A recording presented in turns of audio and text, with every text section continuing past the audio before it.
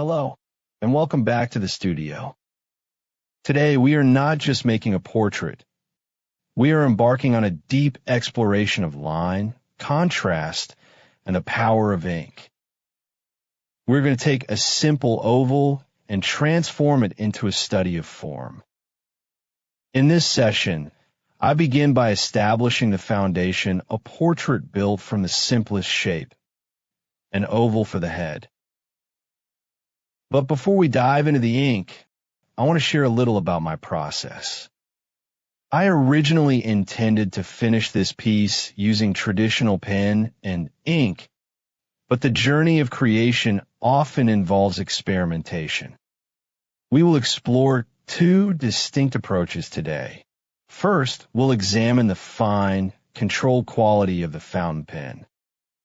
Then, side by side, we'll see how the broader flexibility of the ballpoint pen changes the outcome.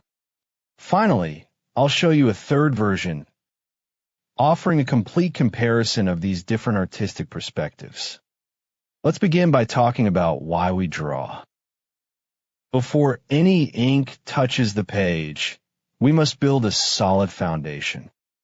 I always begin portraits by focusing entirely on the overall structure of the head. We focus on the geometry, the planes and proportions, before worrying about details like eyes or lips. This is the principle of structural drawing. To achieve this accuracy, I utilize a grid method. The grid isn't just a measuring tool. It's a framework that forces me to think about proportion and spatial relationships. It allows me to accurately place the nose, the hairline, and the placement of the eyes relative to each other. Now, let's talk about references. When drawing from life, we must filter the information.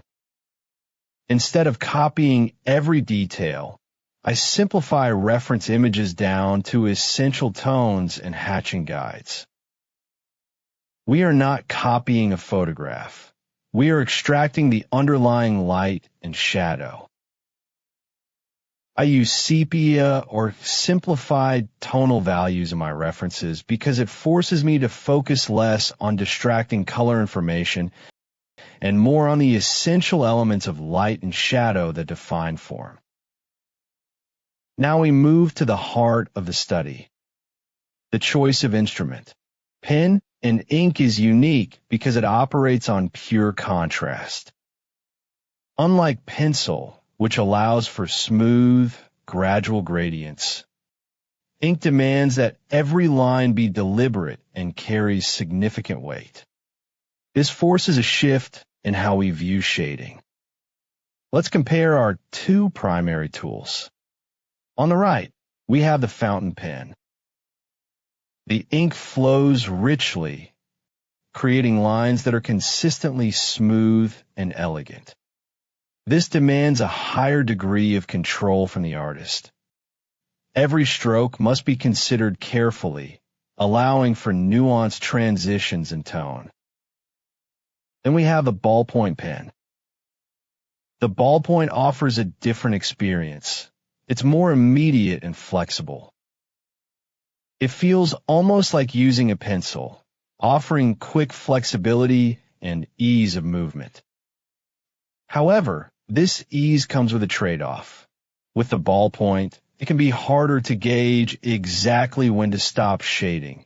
It can lead to overworking the drawing if we aren't disciplined about our application of pressure and ink density. We must understand that control is key. The fountain pen demands precise control over flow. The ballpoint demands control over pressure and stopping points.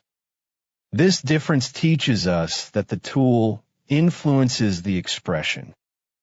For this session, I chose to work with the ballpoint pen on A4 paper.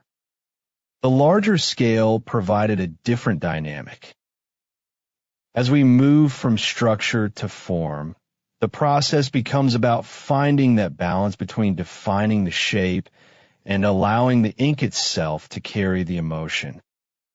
Let's look closely at how we handle delicate elements, specifically hair.